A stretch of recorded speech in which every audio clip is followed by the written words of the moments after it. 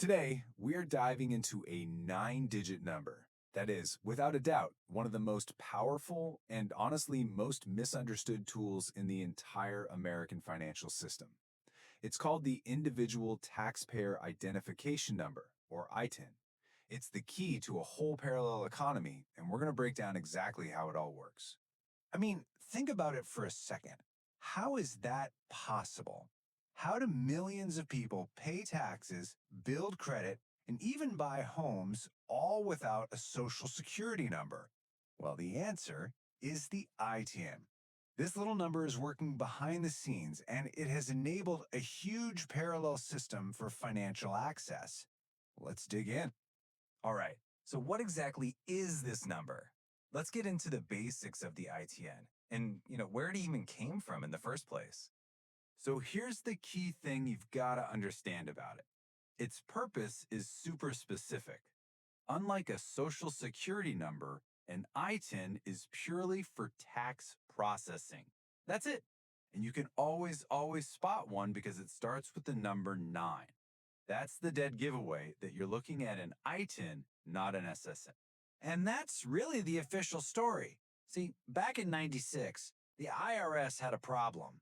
You had millions of people, undocumented immigrants, certain students, spouses of visa holders, who were earning money but had no way to file their taxes. So the ITIN was created to solve that one single problem, tax compliance. But you know how these things go. Its real-world use has just exploded, way beyond that original, pretty narrow purpose. The ITIN has morphed into something way more powerful. And wow, this really tells the story, doesn't it? An ITIN was never supposed to be an ID card, but it's basically become a de facto key to the American financial world. Banks, credit unions, lenders, they all realize that ITIN holders are this huge, underserved market. So they started creating products that let people build wealth and find stability. And this quote from a credit union, it just captures that shift perfectly. We're talking about financial institutions that aren't just following some rule. They are actively building out entire programs for ITN holders. They see a whole community of people who are eager to get in the game, and they're building the doorways for them.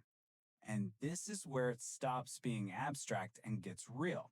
We're not just talking about financial tools. We're talking about people like Armando. He used his ITN, filed his taxes for years, and was able to get a massive refund, $17,000, which was money he'd overpaid. And he used that to buy a home. That's the real life-changing power of this system. Okay, so that's the big picture. But the real power in understanding the ITIN is in the details. The non-obvious rules, the little traps that most people, and hey, even some professionals, get wrong. So let's dive into 5 hidden truths you absolutely need to know. Okay, this first one is a classic trap. You would think a passport, it's the ultimate ID, right? Would be all you need. But for a dependent, like a child, there's a really critical exception. And here's the deal. The IRS isn't just checking someone's identity. For dependents, they're also verifying residency in the U.S. A passport proves who they are, sure, but only a passport with a U.S. entry stamp proves that they're here. If you don't have that stamp, you've got to bring other proof, like school and medical records, to show that the dependent actually lives in the country. It's a tiny detail that can completely derail an application. This next one is all about the famous IRS firewall. IRS data is notoriously confidential. Federal law basically forbids the IRS from sharing taxpayer info.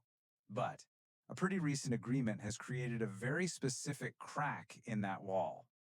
Now, this is a major policy change. It's really important to know this does not apply to all ITIN holders. It is a very narrow, very targeted exception for one specific group. People who have already gone through the legal system and have a final order of removal. It really shows that tension between tax compliance and immigration enforcement. Oh man, this is a huge one. So a lot of ITIN holders eventually do become eligible for a social security number, which is a massive milestone. But that transition, it's not automatic. And just ditching your ITIN can be a really expensive mistake. So you have to follow the process here. You can't just start using your shiny new SSN. you have to formally tell the IRS, hey, merge my old ITN tax history with my new SSN history. If you skip that step, all the money you earned and all the taxes you paid under your ITN just sit in a totally separate file. And that could stop you from getting credit for those payments, which means smaller refunds or even losing out on benefits later on. Okay, here's a real-world dilemma. The tax deadline is coming up fast, but your ITIN application is still stuck in processing. What do? How do you file or pay on time so you don't get hit with penalties? This right here is the expert move. The IRS actually has a procedure for this exact problem. Instead of just leaving the ID field blank, you write ITIN to be requested.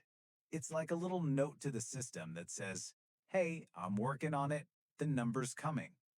It's a simple but absolutely vital piece of info for anyone new to this. All right, our final hidden truth gets into a really complex and, frankly, sensitive situation. Filing a tax return for a deceased family member who needed an ITIN and is owed a refund. Okay, the critical thing here is that whenever a refund is involved, the IRS needs to know who has the legal right to claim that money. The standard W-7 application for the ITIN doesn't prove that. That's why you have to also attach Form 1310. It's a legal statement that says you're the person who's entitled to that refund, and it protects both you and the IRS. So, after all these nitty-gritty details, what does the ITIN really represent? For millions of people, it's a bridge to financial stability. But as we've seen, it's a bridge that comes with some very real risks. This disclaimer, which is often given to people applying for an ITN, it really gets to the heart of the whole dilemma. The privacy protections are strong, yeah, but they are not absolute. Deciding to get into the system is, for sure, a calculated risk. And you can really see the two sides of that calculation right here. On one side, you have Rosa. Through a few mistakes, she ended up owing the IRS more than $5,000. For her, the system was a trap. But on the other side, you've got Ernesto. He sees paying taxes as building a record of good character, something that might actually help him on his path to legal residency. For him, it's a way forward. And that leaves us with this final question. What started as a simple, boring tool for tax collection has somehow evolved into the backbone of an entire alternative financial world. It was never designed to do this, but its existence has completely reshaped the economic lives of millions. So is it an accidental success, a necessary compromise, or something else entirely? That's the complicated truth of the ITIN.